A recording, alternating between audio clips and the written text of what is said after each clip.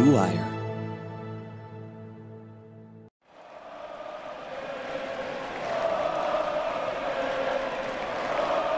What is up, Nets fans? Welcome to Brooklyn Buzz. I'm Nick Fay. No Jack Manuel, but we got with us regular guest Joe Makar. And Joe, Nets won tonight, 130-115. How are we feeling?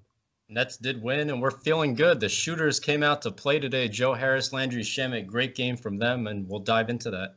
Yeah, Joe, you're right. 51% from three, 21 of 41 from deep. It was, just a rain in threes in Brooklyn tonight. Like you said, we'll talk about that and plenty more. But as always, you can find the Brooklyn Buzz on all streaming platforms. But Joe, with this game, started pretty slow for the Nets. The Hornets came out with some good juice, and that first quarter ended 35-29. And to be honest, the starters really didn't play well to start this game.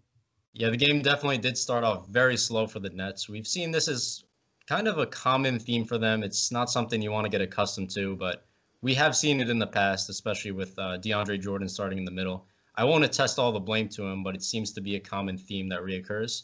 Yep. But also, on the other hand, Charlotte was just making shots. They were making tough looks. And even throughout the first quarter, I think at one point we were down 6 or 9. And I thought to myself, look, Charlotte's playing well. They're up, 9 after 1 or 6 after 1? This isn't sustainable. Like, this level they're playing at right now is good, but this isn't sustainable over a 48-minute game.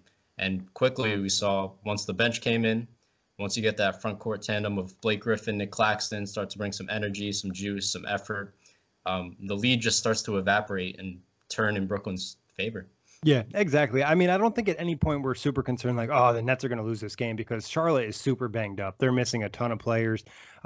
LaMelo Ball, Gordon Hayward, Devontae Graham, PJ Washington, a lot of guys out. And like you said, I think the Nets took their foot off the gas a little bit. This team's young and hungry. They're coming out with some energy, and they played hard, and the Nets just didn't play good enough defense. And you mentioned DeAndre Jordan, that starting lineup. I saw a tweet from John Schumann, I believe. The worst two-man combination defensively for the Nets is Jeff Green and DeAndre Jordan in terms of defensive rating. And to be honest, it makes a lot of sense because the starting lineup had Kyrie Irving, Joe Harris, Kevin Durant, Jeff Green, and DeAndre Jordan. And to be honest, it's just too slow. You know what I mean? There's just not enough speed there, not enough rotation. And like you said, when we saw the second unit come in, the likes of Claxton and Blake Griffin and Bruce Brown, you could instantly kind of feel the energy change in the game, and it helped the Nets pick up momentum that led to them dominating essentially the rest of this game. I agree. And with the lineups defensively, it's not necessarily like, okay, these guys can't defend. It's that certain players are better for certain matchups. Like we saw, despite Embiid scoring 39 points last game, DeAndre Jordan did a very good job on him. He knew, besides one time he jumped, but everyone bites on an Embiid fake. Jordan played well on him. He seemed to know his role. I think the issue with that Green Jordan front court seems to be teams like the Hornets, younger teams that like to run and gun, which is why you see which is why you see the backups in Blake Griffin and Nicholas Claxton in this case. Those are the guys who are going to be taking charges in Blake Griffin. Claxton, who's going to be staying in front of quicker guards. And like I said, it depends on the matchup. And in this case, Claxton and Griffin seem like the much better answer for this quick and young aspiring Hornets team.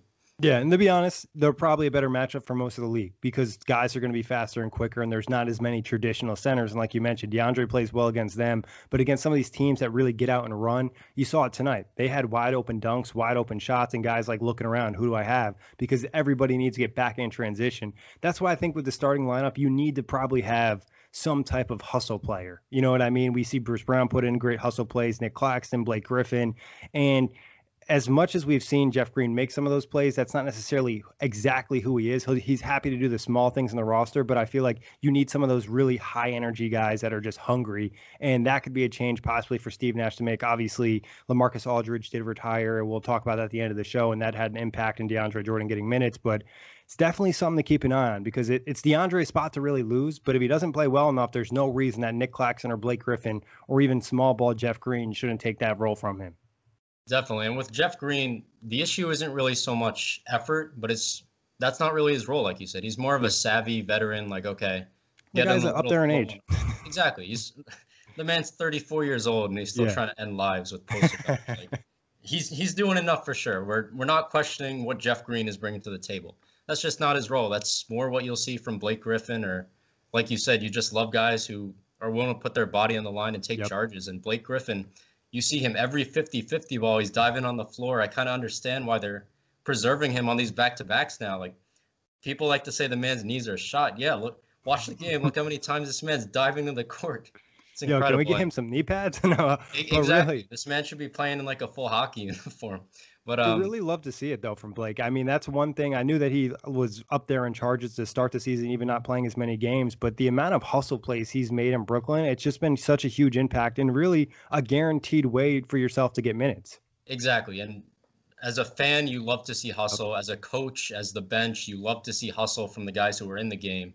And I think, don't quote me on this, but I think Blake is third currently in the league in total charges drawn. And this is when you got to keep in mind he sat out like a month with the Pistons when they were working on a buyout with him. So he probably missed a whole month's worth of games. And to still be in that position is incredible. Not to mention, like I said, he does sit on back-to-backs. So the sample size for Griffin is a lot smaller, but he's still way up there in charges drawn.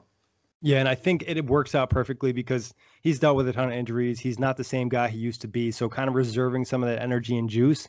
Now, when you play him 20 minutes, he has that extra pop. And I guess let's talk about him tonight. 10 points in 20 minutes, 3 of 5 from the field, 1 of 1 from 3, 3 of 4 from the free throw line, 5 rebounds, 3 assists, 2 steals, 1 block. And he caught an oop in this one. And I think it's just exciting to see. Obviously, we know the limited amount of dunks he's had over the last couple of years, and it just feels like every time he throws down a dunk, it adds a year to my life. It really does. You always see Blake too. You got to love having the guy, even from a non-basketball standpoint. We know he's a comedian. He's a great locker room guy. He's close with the stars. You look at him, he's always smiling. You remember that one play where he looks over at Miles Bridges. We couldn't really interpret what he's saying, but he's just a great personality to have on top of what he brings on the court. And in terms of what he brings on the court, I think he's just becoming smarter with age. Like, it seems like he's not really trying to do too much. He understands, okay, post up, try to spin, get to the rim. If they bring a double, I'll find a shooter. His passing is an underrated aspect of his game, especially for a big man. LaMarcus Aldridge was the same in that sense, but obviously we know what happened with him. So Blake's passing out of the post, Blake's post ability, which kind of brings a unique aspect to this Nets team.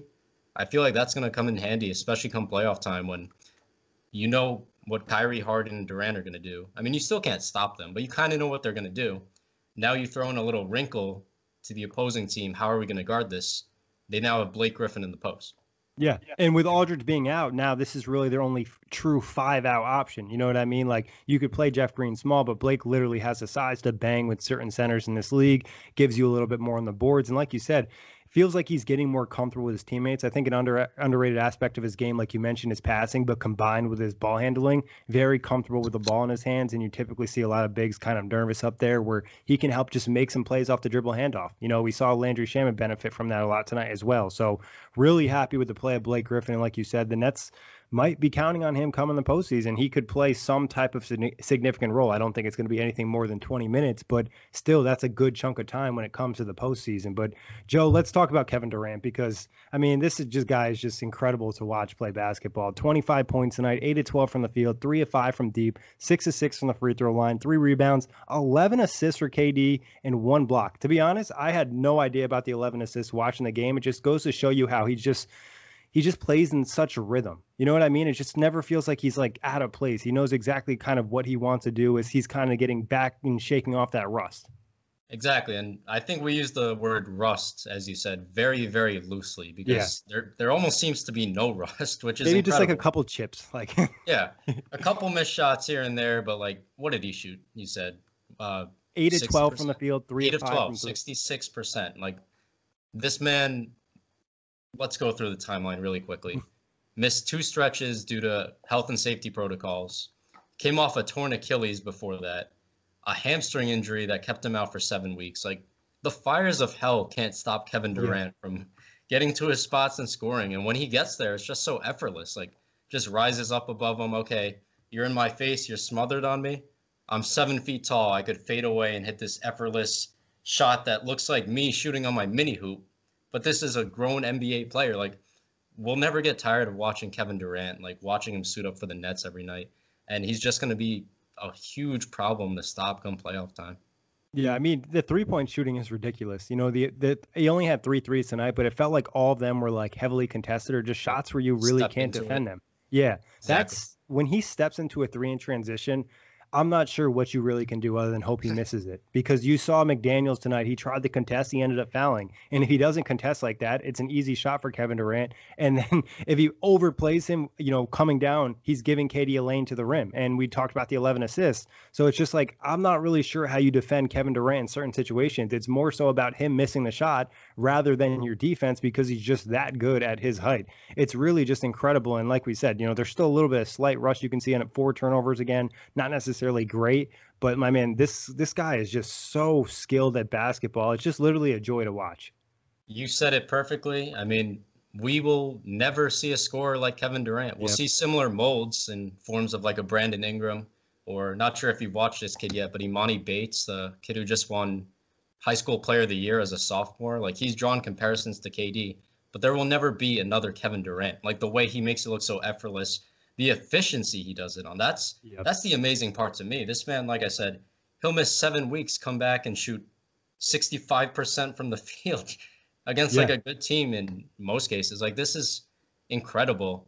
And like you said, it's a matter of pick your poison. Like, we could step up on Kevin Durant in transition, he's going to blow past us. Or if we sag back a little, he's going to pull up and hit that same shot he hit in the finals in 2017 and 2018 that really sealed the deal when he was with the Warriors. So in this case, you got to add the talent of Harden, Kyrie, all these shooters you got on the roster now. Joe Harris, Landry Shamet, Jeff Green. Durant he's working with options, and he's going to be looking great come postseason time.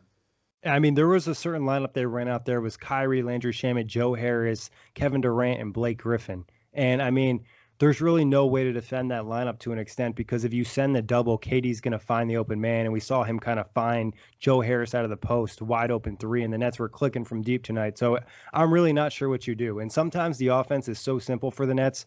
Throw the ball to Kevin Durant, let him go to ISO. If they're going to send a double team, we have shooters on the floor. We can make those plays, and we saw that tonight. So it's just going to continue to be something that's incredible to watch, and it's even going to get better as he gets more comfortable with his teammates. Teammates get more comfortable with him. You're just going to see next-level offense. And, I mean, 25 points in 30 minutes. This guy's averaging close to a point a minute. Maybe he's at that level right now since he's been back. But talking about another guy who is just straight fuego mode tonight, Joe Harris. A little bit of a slow first half, I thought, offensively and defensively. Second half, he came down and played great. Led the Nets in points tonight, 26 points, 8 of 12 from the field, 6 of 9 from 3, 4 of 4 from the free throw line, 2 rebounds, 1 assist, 3 steals. And not to mention, a couple of those threes were like step back, side step threes. Yep. Joe Harris was in the bag tonight. He was feeling good. Joe Harris had it all going on today. And it's for our boy Jack Manuel. Couldn't be here today, but he's watching that masterpiece at work right now and just drooling over the masterpiece performance we saw from Joe Harris. Like you said, I think we saw a little bit of a different aspect to Joe's three-point shooting today. We saw a little sidestep. We saw him utilizing the pump fake a little more. You even see him taking guys off the dribble, which if you watch Nets games, you will know that this is a common occurrence. But if you don't, you might be a little surprised, like, oh, this guy's not just a shooter. No, Joe Harris is more than a shooter. It's the most – Nets fans will say that till the day we die, but it's true. Jack actually might have it tattooed on him. Definitely, without a doubt. Joe's offensive game has really evolved over the years. I can't believe this guy started off in the G League. And just look at what he's doing with this stacked Nets roster. And obviously, we haven't seen him play with the big 3 a ton, but – like you said earlier, when you have these lineups with multiple shooters on the floor, it's very difficult to stop as an opposing team's defense. Like, one thing I'd like to see when the big 3 is healthy, I want to see a lineup of Kyrie, James Harden, Joe Harris, Landry Shamet, and Durant. Just very small, but every guy can shoot. You have playmakers on that court, and the spacing is out of this world. I'd just like to see it one time. Yeah, I mean, I don't think it's crazy idea. I mean, we thought about seeing Kevin Durant at center for a little bit, this season. So could definitely be something that pops off for different stretches out there. I mean, it's going to be very fun. I'd like to see Joe Harris, though, continue to shoot some of these sidestep threes, some of these step back threes, the contested ones, because this becomes another weapon for the Nets. Because, in the game against Philadelphia, they did a good job of kind of pushing him off that line. If he adds this element to his 3-point game, now it's just that much harder to take him away, especially when the big 3 is, fully healthy and locked and loaded out there. So like you said, Joe Harris is going to be a guy that benefits greatly playing with that big 3. But I guess his counterpart, his fellow sharpshooter on the team, Landry Shamet was cooking tonight too. 20 points, 7 of 14 from the field, 6 of 11 from three. Shamet was in the bag too, Joe, and I know you're very happy about this. Definitely. I'm one of the few people who believed in Shamet in January when the man was shooting in the 20s from three and really looked out of rhythm. But Landry Shamet has pretty much been what we've expected him to be in the past month, maybe 2 months. Pretty much this guy that we gave up the 19th pick for. This is who Marks thought he was getting, and this is who we're finally seeing on the court. Landry Shamet has always been a sniper. He started off the year very cold. I understand. This is a title team, and maybe we have a little less patience with some of the role players. But at the same time, Landry Shamet, along with Joe Harris, who just happens to be a better shooter, but Landry Shamet is a rhythm shooter. All shooters establish a rhythm. This is whether you're pro or whether you're 9 years old playing in the park. Yep. Everyone establishes this rhythm where you go through stretches of hot and cold streaks. And for Shamet, I think he's just peaking at the right time, and you pray that he can really carry this momentum into the playoffs. Because if he does, this is, like I said, shooters galore. This is going to be a very dangerous team to stop. And we've seen Shamet come up big for the Clippers in the playoffs in the past. And who says he can't do it with Brooklyn now, especially with this talent he's surrounded with? Yeah, I mean, he's a guy that you easily could bring off the bench, not necessarily playing big minutes in the postseason, but comes in, knocks down 3 threes, and that might change the game. And I think, Shamet's been pretty impressive in terms of his, dribbling, playmaking, to having those backup point guard duties, especially he hasn't necessarily had to do it much of the season. With these injuries, he's had to step into that role, and I thought he did a pretty nice job of that tonight and in some of the previous games too. So Shamet's kind of even giving us a little bit more than a shooter as well in his case too. So, another piece for that bench and just another weapon for the Nets to have moving into the postseason. But Joe, who do you want to talk about next? Real quick, just to touch on Shamet again, Yep. You see, like you mentioned, the playmaking abilities. Shamet has always been a playmaker. Like when he was in college at Wichita State, he played point guard and Fred VanVleet played too. I believe they were there the same year, if I'm not mistaken. But we've always known Shamet had it. But when he got to the league, I guess the league kind of viewed him more as a shooting guard and valued that skill set a little bit more. But we've seen that it comes at a key time, his playmaking, in the sense that, yeah, our team is mostly healthy, but look who's out. We're missing 4 guards, for goodness sake. We're missing Dinwiddie, Tyler Johnson, James Harden, and Chris Chiozza. So it just comes at a really perfect time at that matter. Yeah, and I think different opportunities throughout the year, and even with the Clippers a little bit, he was able to develop those point guard skills to the NBA level. For just in my eyes, in the eye test watching this season, his handle looks a lot tighter than it did beginning of the year. A couple passes I still think he needs to clean up on, but point guard's definitely a position that it's hard to play if you're not getting reps there on a regular basis. So hopefully it'll be something that kind of benefits him. But who do you want to talk about next, Joe? Let's see. Who did we not talk about? Maybe Jeff Green? Yeah, Jeff Green. I thought, not necessarily Jeff Green's best game in terms of defense in this one, but I felt like when he wasn't on the floor with DeAndre Jordan, he looked a lot better. And that's not to throw shade at DJ. It's just more so about what benefits Jeff Green, who scored 10 points, 4 of 11 from the field, 1 of 2 from 3, 2 rebounds, 5 assists, 1 block. And I would say the only other thing I didn't really like from Jeff Green in this game, there was a couple possessions in the first quarter where he kind of was isolating. I was just going to mention that, yep. Yeah, and it's just like, I love you, Jeff. You can isolate when all the stars are out, but when Kyrie Irving and Kevin Durant are on the floor, you're at the bottom of the list of isolations. Yeah, definitely. If it's like that Utah Jazz game where we rested like everybody, Yep. Go ahead, Jeff. Go work on the isolation. Go practice a few of these moves that you'd practice at your local park. But when you got the stars in the game, it's a different situation. Maybe a little less ISO. But besides that, we know Jeff Green is never – maybe he just didn't see anything in the play. He's never really trying to do too much, I'd say. Like he is, like I mentioned earlier in the pod, he is that savvy veteran who knows his role and knows how to exceed in it well. And I think with Jeff, we just need to really experiment with these different lineups. If you're Steve Nash, this is like a homework assignment with you. You have all these great lineups to mix and match. Like figure out who Jeff Green would be best with. Is he best? Because so far it hasn't been DeAndre Jordan. Yeah. Is he best with Griffin? Is he best with Claxton? Is he best as a small ball 5 maybe in short stints? But overall, not a great, but not a bad game from Jeff Green. You know what he's going to give you. Exactly. And I think that's kind of been the consistent theme with Jeff Green. And then you have some of these big games sprinkled in where he'll drop 20, 8 boards or whatever it might be. So, consistent Jeff, Uncle Jeff's been doing his thing. We really touched on DeAndre Jordan. We can go back to him real quick. 8 points, 4-4 from the field, 5 rebounds, 1 block, 1 turnover, but minus 14. I believe the only net other than the guys who played in garbage time that finished with a minus in the plus minus category. And like we kind of discussed early on, just some of the effort from him defensively early in this game and the lack of communication and the lack of rotation that really sticks out. Definitely. And as I did mention earlier, I do think he's partly a victim of the matchup again. Like, it does depend. He seems to guard the Embiids and Giannis as well. But guys like Miles Bridges or Bismack Biyombo, even guys who are a little bit more mobile or a little more, I don't want to say versatile, because Embiid and Giannis are very versatile, but like guys who add like a different dimension, especially stretch bigs. I find stretch bigs seem to be his kryptonite, like in the sense that once he's switched onto the perimeter, it's a little bit more of a problem. But DeAndre And I Jordan, think also, Joe, not to cut you off, for some of the bigger matchups, he gets up for them, where it's like, oh, this is a G League player, somebody who hasn't played big minutes this season. Exactly. I don't really care. It might be a respect thing for all I know. Yeah, to be honest, and it kind of seems that way because it's just a lot of energy and effort stuff for DeAndre, because it's frustrating because obviously some of it is matchup related, like you said, but some of it's just like, in that game against Philadelphia, the dude was getting up like 2 feet for his rebounds. You know what I mean? You can just see the extra pop in him. Exactly. Hopefully come postseason time, he realizes, hey, these games are worth a lot more. These games are nationally televised. In the meantime, you know what DeAndre is going to give you. I wouldn't say terrible defense because it comes in stints, but we'll say below average defense maybe. Lobs and dunks galore. Like, this man's going to get the dunk of the game almost every game. Highest field goal percentage in NBA history. And then besides that, just like as we know him as the roller and the pick and roll, pretty much. And I think just for the Nets, it's just play him unless it's like a matchup with, you said, some of the bigger bodies, some traditional centers.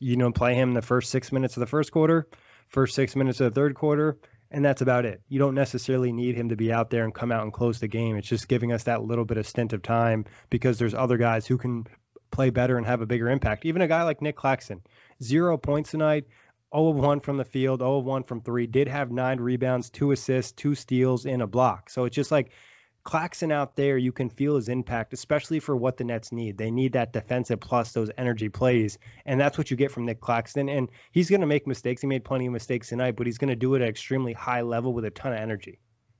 Definitely, and I feel like we could maybe compare this to what was happening in Miami a couple years ago when Hassan Whiteside was still starting and Bam Adebayo was coming off the bench. I feel like that's a great comparison for the situation.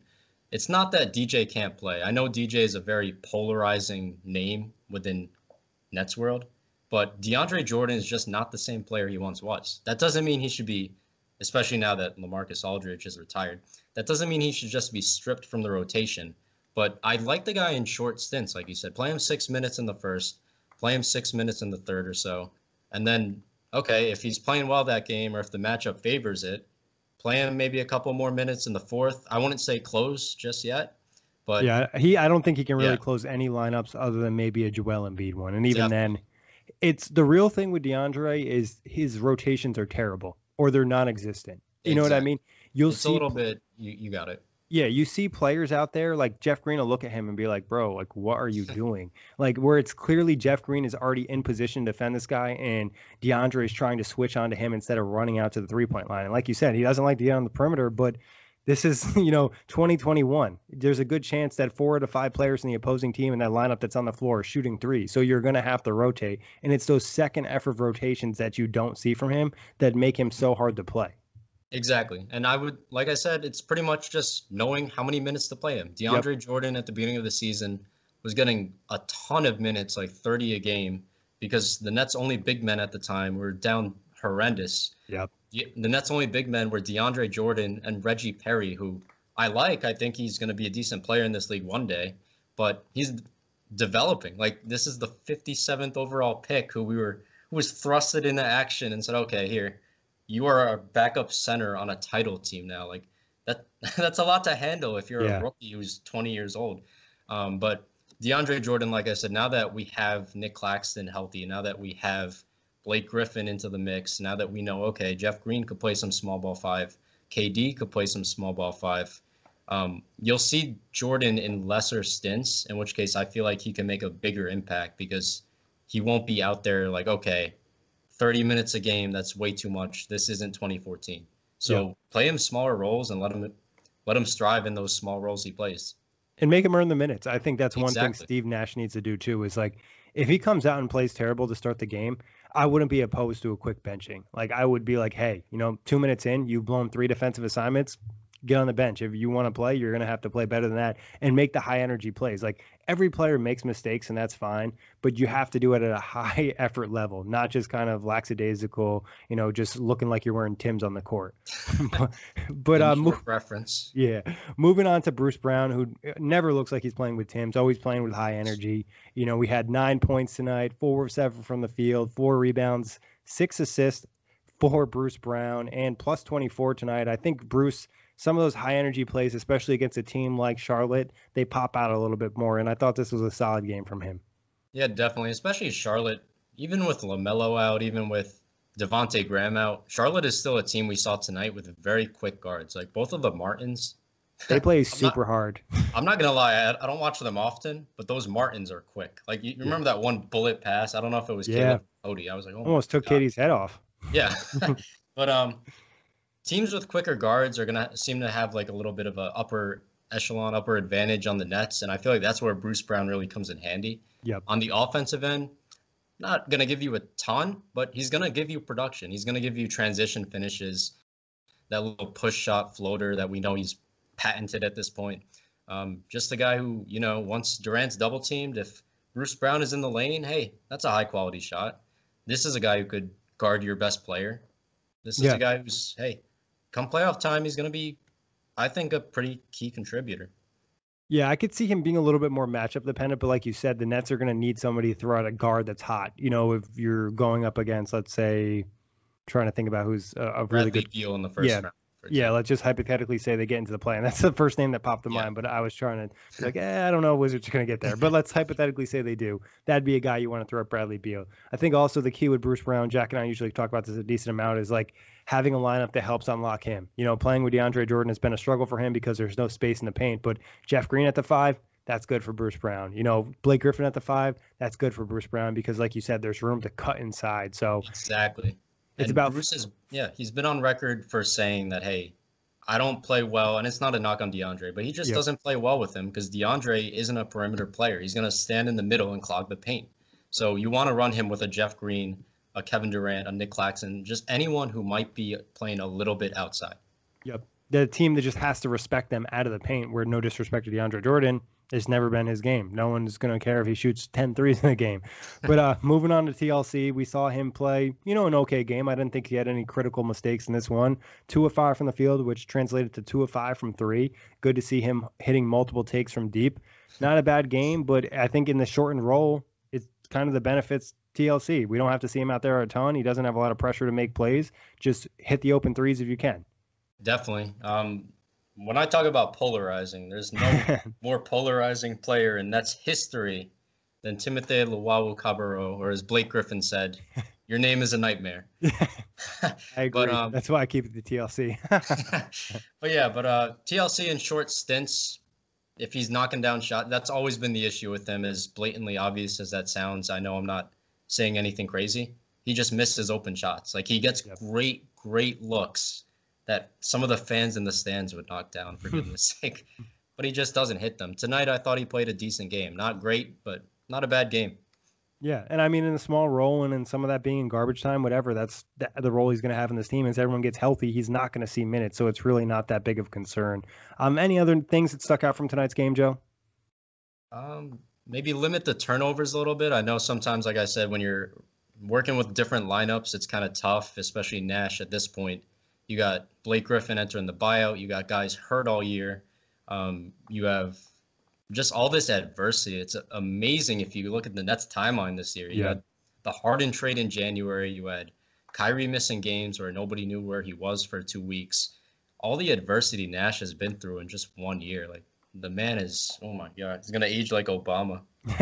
Yeah, I mean, 19 turnovers tonight, or 18 turnovers tonight, 19 for the Hornets. Like you said, something you want to keep down. A lot of them were just kind of unforced, and the team not playing with that energy and engagement they need to. So something to clean up, especially when your offense is clicking like this. 55% from the field, 51% from 3, had 18 fast break points, 50 in the paint. Just the Nets are really cooking offensively. And against a team like this who's missing a couple players, and they're not necessarily one of the best teams in the league, the offense is going to be enough. But against some of the better teams, you're definitely going to have to turn up that defense. But I guess, Joe, let's talk about LaMarcus Aldridge and the retirement. Obviously, we got the news yesterday via his social media accounts that he was dealing with an irregular heartbeat in the game against the Lakers, and that really threw him off. And he's dealt with a heart issue, I believe, his entire career as well. So there was some concern about him medically being on the court, and he made the decision to retire and, make sure he's safe and he can spend time with his family, which obviously we respect and wish him the best. And even it was such a short time in Brooklyn, I really enjoyed watching him play.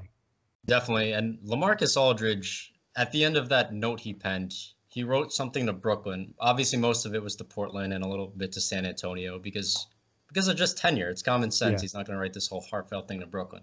But at the end, he did write this little note.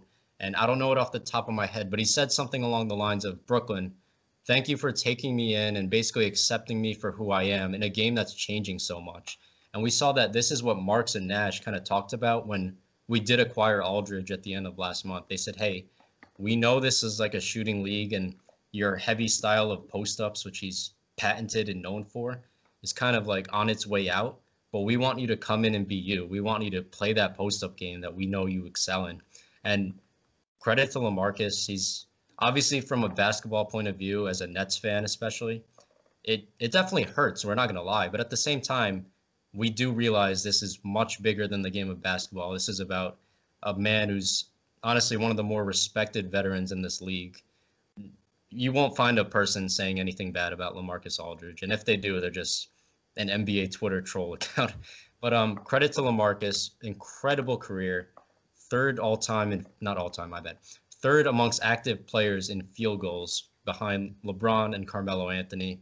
5-time All-NBA. The stats, the milestones, and just the human being he was just speak for itself. And honestly, like you said, a very short stint in Brooklyn, but hey, some memories to say the least. And we wish him nothing but the best. Like in the future, that goes for him, his family. And it's just been a joy to watch him, not only with the Nets, but just over the NBA in the past 15 years. Yeah, I mean, a great career. And I mean, he was a player during his prime where it felt like if you defended him, it didn't really matter because he was just constantly hitting that fadeaway over bigs on a regular basis and really skilled offensive big. And you come to think maybe if he was in the league, like 10 years later, he would even have a bigger career because he'd probably be a little bit more three-point dependent. So, like you said, a great career. Wish him the best with him and his family, and hopefully he's 100% healthy. And like you said, it sucks because he was just starting to fit in. And to be honest, I'm not trying to criticize DeAndre Jordan, but he was taking DJ's minutes, who's been one of the weakest links of the team this season, and giving them a different skill set with even more offensive pop that when everyone was healthy, if that lineup was on the floor with just the likes of Kyrie, James Harden, Kevin Durant, and let's say Joe Harris, I mean, offensively, that is just straight deadly. Sucks we're never going to get to see that, but it's something we could always mess around with in 2K. But in terms of the impact that it's going to have on the Nets moving forward, does this change your viewpoint in terms of their likelihood of winning a championship and the success they're going to have? Like, if you gave me a percent and how much it impacted your viewpoint on that, what would it be? Percentage is tough. I would say it definitely impacts it because obviously LaMarcus Aldridge, even at 35 years old, is still a force. He was still giving you like 13 to 15 a game in the role he was playing. I thought his biggest aspect was his ability to obviously post up, which he's been doing his whole career, but his passing ability really surprised me. Like when they bring a double, of course, this was the perfect opportunity for him because you have shooters galore and you got stars next to you. And I know people love to say like, oh, LaMarcus Aldridge is washed. He's washed if he's in a number 1 or 2 role. He was going to be our 5th, 6th, maybe even, I'd say 5th or 6th best player. And he just knew his role and knew how to excel in it, which is what you love seeing on a championship contending team. I would say, like I said, to get back to your point, it does affect the Nets title odds, but I don't think it's that drastic to the point we should be panicking and saying, look, like, that's a devastating blow. You still have Kyrie, Harden, Durant, Blake Griffin, Nick Claxton, Jeff Green, Joe Harris. The list goes on. And come playoff time, I think the Nets actually had a good problem to have, but you only go about 8, maybe 9 deep. But most of the time it's 7 or 8 deep. So I feel like, hey, the rotation is a little more concise now. There's not really a question now who's going to be playing in the playoffs. They do get an open roster spot, but personally, the options don't look super intriguing to me, if Yeah. I'm being honest, in terms of a value rotation player you're going to find. Maybe they get someone at the end of the bench. But like I said, we do wish Aldridge the best of luck. And the Nets rotation going forward is a little more clear in the front court now. Yeah, I think for me, it's somewhere between 5 to 10%. No disrespect to LaMarcus Aldridge. I think at the end of the day, playing him in the playoffs, he would have been exposed a little bit more defensively, especially having to rely on that drop coverage. So it would have been like, Exactly. hey, who am I going to play? Am I going to go with the offense or go with the defense? And I think this might force Steve Nash to play Nick Claxton a little bit more, which I think creates a little bit more balance in some of the lineups, especially because they're so offensive driven. Like, how much offense do you really need when you have Kyrie, James Harden, Kevin Durant, and Joe Harris? You know what I mean? Exactly. That alone, you could play, Tony Allen, Bismack Biyombo, guys like that have no offense, and you're still going to have one of the best offenses in the league. So there is some different, looks that you could have had with LaMarcus Aldridge, some different counters where you still have that big body and you still have the 5-out option with the 3-point shooting. And like you said, just a skilled basketball player. He just can pass the ball. He can finish inside. He has nice footwork, comfortable with it in his hand. So it sucks, and what could have been. But at the end of the day, he did what's best for himself. And I think the Nets are still in a fine position where they're still going to dictate if they win or lose a championship. It's not like they don't have enough talent to do that. That was just kind of maybe a little bit of extra icing on the cake that wasn't necessarily necessary. Exactly. It's a little bit of like, here's your extra dessert. You Yeah. already have your cupcake, but here's a little piece of cake. And Yeah. now, hey, we And here's still a have cookie and dessert some to eat. ice cream. Exactly. But I think we're forgetting another name that, while it hasn't been guaranteed, there's a definitely Yep. an increasing chance he might be back for the playoffs. Spencer Dinwiddie. And yeah, if you watch him on Instagram, he looks in great shape. His workouts are intense, and oh boy, if he comes back, this is going to be another wrinkle to the Nets offense that not only Steve Nash has to figure out, but on the more bigger scale, the opponent now has to game plan like, okay, they're going to have at least one all-star, at least, and Dinwiddie on the court pretty much at all times. It's either going to be 2 to 3 all-stars or maybe Harden and Dinwiddie if he comes back. So, hey, things are looking up in Nets world. And if you're getting that production from your 1 to 4, I don't want to say it doesn't matter, but that definitely lightens the load of what you should expect from your center position, which at this point is probably, I wouldn't say a weak link, but definitely the Nets' weakest link. Yeah, I think also you look at it from Spencer Dinwiddie and what he can provide. He's an initiator. He can drive the basketball with the best of them, gets to the free throw line a ton. This is another player that can provide you a lot of different elements of the team. We heard from Sean Marks before the game, like you mentioned. He said, the quote is, "I would never bet against Spencer Dinwiddie." We saw 4 years ago with him. He has a chip on his shoulder. He loves to Exactly. prove people wrong. But Sean Marks did also stress that long-term health is a priority. But Of if course. he is fully healthy and they can find some type of groove with him, I mean, the Nets are really just up a tier. Like, he's that good of a player. Like, he's a fringe all-star player that has a great understanding of who he is in the NBA. So if he can get healthy and back on this team, it'll be incredible. I think the Nets are still pretty conservative, and I wouldn't be surprised if he's almost 100% health. They still held him out, but Exactly. I would love to see him on the bench alone, just for some of the interactions that he'll provide the Nets players and us as fans, just to see him out there. So we did also get an update on James Harden, where Sean Marks mentioned that he has about 2 to 5 days of more intense practices, and we could possibly see him back on the court. So it looks like we'll see James Harden most likely within a week. Hope that's the case. What is it now? April 16th. I think it's been 2 months now since we've seen the big three all together. As I mentioned earlier, it's kind of like a musical chairs game of, Yep. okay, which star is playing this game? And one leaves and now another one is coming back. And you just want to see them all together. As Nets fans, like, I haven't been to a game in a while, but as paying fans, you want to see them together. As fans who just want to see some chemistry evolve Yep. before the playoffs, so this narrative could kind of die already. You just want to see the team play together. You want to see them knowing where to find each other in each other's spots, and they've only played 7. Technically, I say 6 because I don't count that Raptors game where Durant was playing with the NBA and leaving in the third quarter and then coming in. I don't count that game. So technically, the big three have only played 6 games together. They're 5-1, but that's a very small sample size. You want to see what the team could do when healthy. Yeah, I think it'd definitely be interesting to see them all out there together because this is one of the most offensively talented big threes we'll ever see. And there's still some question, getting the reps out, getting the kinks out because, guys are going to be in different roles. Are going to be playing off each other. And then other guys in the rotation are also going to have to adapt their roles as well. So it's going to be important for these guys to get reps on the floor, especially so they can be most efficient when it comes to the postseason. And I think also defensively having a better idea of communication, rotations, and stuff along those lines. But Joe, anything else you want to touch on before we get out of here? That's pretty much it. We look forward to, knock on wood, hopefully one day being a healthy team. Hopefully the injury report looks pretty scarce and bare. Besides that, great win. And Yep. let's continue the momentum. Exactly. Obviously, Nets played well in 3 out of the 4 quarters tonight. Hopefully, we can get a complete game in the next one. But always a pleasure, Joe. Big thanks, everybody, for listening. Catch us on all streaming platforms.